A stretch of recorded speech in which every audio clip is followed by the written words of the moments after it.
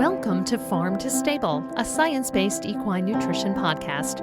I'm your host, Dr. Nettie Liebert. I'm a lifelong horse person and professional equine nutritionist with the goal of helping horses and their humans create balanced diets to set them up for success, no matter what age, discipline, or circumstance.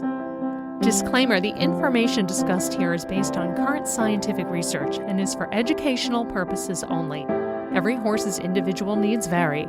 This is not a substitute for veterinary medicine or nutrition consultation. Hello, welcome back to Farm to Stable, an equine nutrition podcast. I'm your host, Dr. Nettie Liebert, ready to talk all things equine nutrition with you. And this episode, we're going to talk about when low carbohydrate diets are not for every horse. I know we've spent a lot of time in this space talking about why they need to be limited or when carbohydrates should be limited, and there absolutely are cases where that is true, but there are some cases where it actually could work against a horse, and we're going to talk about that today. And carbohydrates, as you know, get a ton of attention when it comes to horse diets, especially lately, and for good reason. Carbohydrates are the main energy source used by the body, used by the brain in particular. And of course, they allow muscles to contract, sprint, jump really, really quickly. And as I mentioned, the brain prefers carbohydrates as an energy source. And you can probably relate to this, right? If you maybe didn't eat lunch yet and it's the middle of the afternoon and you kind of can't concentrate, maybe you're a little cranky. And as soon as you eat something with carbohydrates in it, you feel better almost instantly, right? Well, that's the effect of carbohydrates. That's how fast they can work. Now, the word carbohydrate is a general term. So it can include things like your simple sugars, your one or two molecules like glucose or sucrose, and also starches, which, as we know from previous podcasts, are made up of large sugar molecules, so a bunch of the little ones strung together. Now, carbohydrates, like glucose, are stored in the liver and in the muscle in the form of glycogen in animals.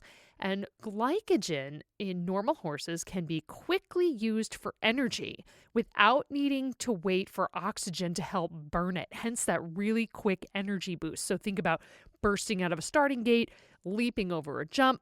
Now, once that stored energy is diminished after really vigorous exercise, dietary carbohydrates are needed to refuel and replace those glycogen stores so that muscles are ready for the next round of work. And research has suggested that low carbohydrate diets could potentially inhibit or slow recovery from strenuous exercise. So that doesn't mean that if you have a horse that requires a low carbohydrate diet that they can't recover. They just might need a little more time. We need more research on this. So let's get into it. Glycogen replenishment in horses can take 72 hours or more. So that's 3 days. And that depends on the diet. So a lower carbohydrate diet, as I mentioned, might take a little bit more. So there were some researchers who had a bunch of standardbred race horses, and they were fed a high, a medium, or a low glycemic diet, meaning a diet that would either elicit more a normal or a low glucose response from the diet. And they found that horses on the higher glycemic diets had more muscle glycogen restored compared to horses on the moderate or low glycemic diets after 3 days. So high glycemic diets contained more carbohydrates compared to low or medium, but also, on the other hand, they will cause a bigger spike in blood sugar. So in a healthy horse who can probably handle that, it's probably okay, right? We've been feeding racehorses high glycemic diets for years. Again, they're very athletic. They're burning those calories. So while each horse is an individual, generally they're sort of built to handle that.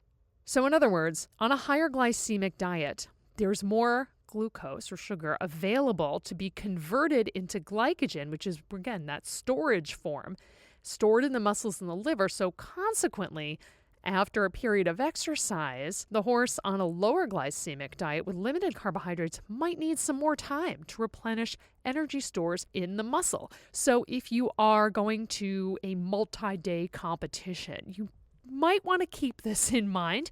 And this can be a real challenge. For example, the jumper that maybe has to do a qualifying class on a Friday to qualify for another class on Saturday or Sunday.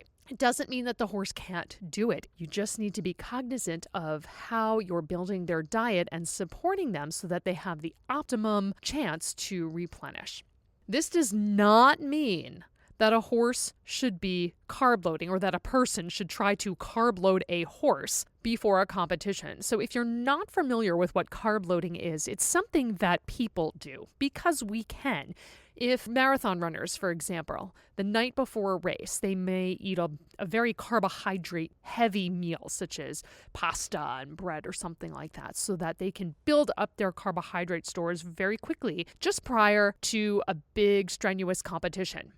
Horses cannot do this. Carb loading is something people can do, but horses cannot. Remember that if you suddenly add a large amount of carbohydrates to a horse's diet, especially if they're not used to it, you put them at risk for digestive upset, upsetting the microbiome, too high a spike in blood glucose, high insulin, other things. So what do? Remember, humans are able to store glycogen really quickly, often within 24 hours. But as we just heard from the research, horses can take 72 hours or more. Now, we're still working on the ways and whys of that. But again, consequently, that horse that is competing in multi-day competitions, even eventing or something like that, may not be working on a full tank by the second or third day. So horses on a lower carbohydrate diet may take even longer. And if they're going into that competition on a lower carbohydrate diet, it doesn't mean that their stores are depleted from the get-go, especially if they've been working at a moderate pace, in the days leading up to that. But it does mean that you just have to be very observant of their energy levels as you go through that competition.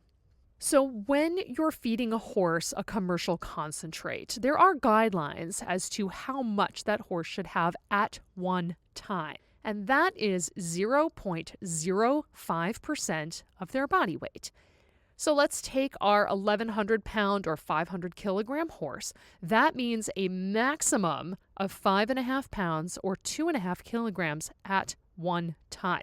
Now that's a pretty big grain meal. Most people don't feed that way. But, for example, on the racetrack, some of those horses may be consuming 15 pounds of concentrate per day.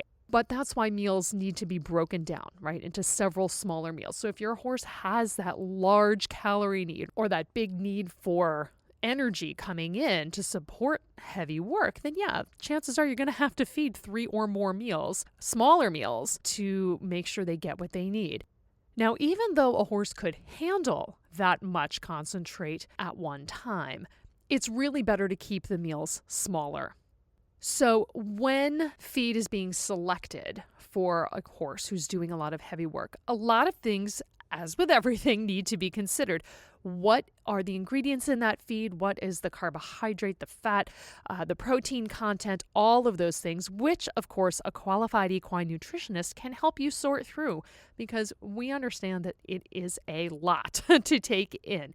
And there are unquestionably situations where carbohydrates need to be limited in a diet, particularly when we're talking about endocrine disorders such as insulin dysregulation or equine metabolic syndrome. And then, of course, your PPID or Cushing syndrome horses, we want to keep an eye on that.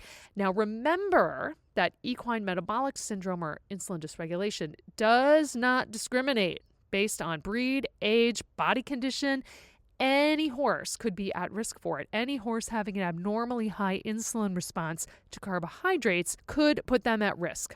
Of course, there are certain muscle myopathies that can affect horses, such as PSSM 1 or 2, for example, that may require a limited carbohydrate diet. Otherwise, the horse can't perform properly. Not going to get too far into the mechanics of that in this episode, but just another example of a type of situation where carbohydrates may need to be very carefully controlled in the diet. So it would be helpful for you to have some of this baseline information before you need to build a carbohydrate-heavy diet for your horses. Now, most horses are not insulin dysregulating, and most do not have metabolic disease. And again, as they get older, that becomes more of a risk particularly with PPID, and there is some level of insulin dysregulation that happens naturally with the aging process, but not all horses are the same. Horses without endocrine disorders that are also in moderate to heavy training may have a slower recovery rate if they're consuming a very low carbohydrate diet. So if they're healthy and in that heavy work, it is possible that a moderate carbohydrate diet is more appropriate. So interesting to think about it. I know we focus a lot on monitoring carbs and things like that, and it is always important to have a good idea of what your horse is taking in every day and what their health status is. So you can work with your veterinarian to do some of that lab work and blood work to help determine if you need to be very carbohydrate conscious. And if so, you can work with your nutritionist to build in a diet appropriate for your sport horse and give them the best nutritional building blocks to help them maximize performance. So again, a little bit of a different take on the carbohydrate conversation, but it is an important one. Now, here in the United States, we tend to have really shifted towards that lower carbohydrate, higher fat feeding ideology than, say, in some European countries where they haven't done, not that they haven't shifted to it, but we're a little bigger with that in North America or here in the United States. Depending on where you are and where you're traveling to for a competition, it is something to consider, especially if you are not able to take your home concentrate with you if you're going abroad. Sometimes you can, sometimes you can't. There's a lot of logistics, which are above my pay grade to handle those at this point. But it is something to think about if you do need to travel somewhere where your home concentrate is not available. And then on that note, I'll also say make sure you travel early enough that you have time to allow your horse to adjust to a different diet to give him the best chance to feel good on competition day when you need him to be at his best. So I hope you've enjoyed this interesting little take on carbohydrates. If you have questions, of course, drop an email or topic suggestions to equinenutritionphd@yahoo.com. And one more time, I just want to say this discussion, of course, for information. It is not a recommendation on how to feed your individual horse. You definitely need to have a one-on-one consultation for that with a nutritionist and your veterinarian to do some testing to make sure your horse is healthy. I can't say that enough. So in the meantime, here in North America, the warmer weather hopefully on its way. Hope you're getting more time to spend with your horse and not be layered up in a million layers of clothing. More enjoyable time out at the barn, out in nature, hopefully in some sunshine. And that, again, you just have a wonderful time with your horse. Thank you so much for listening. If you enjoyed it, please, again, share, like, tell your friends. I hope you enjoy every moment of being with horses. Thanks. We'll see you next time. Thank you for listening to the latest episode of Farm to Stable, a science-based equine nutrition podcast. Please share and subscribe if you found the content interesting. And if you have a topic you'd like to hear about, send it to equinenutritionphd@yahoo.com.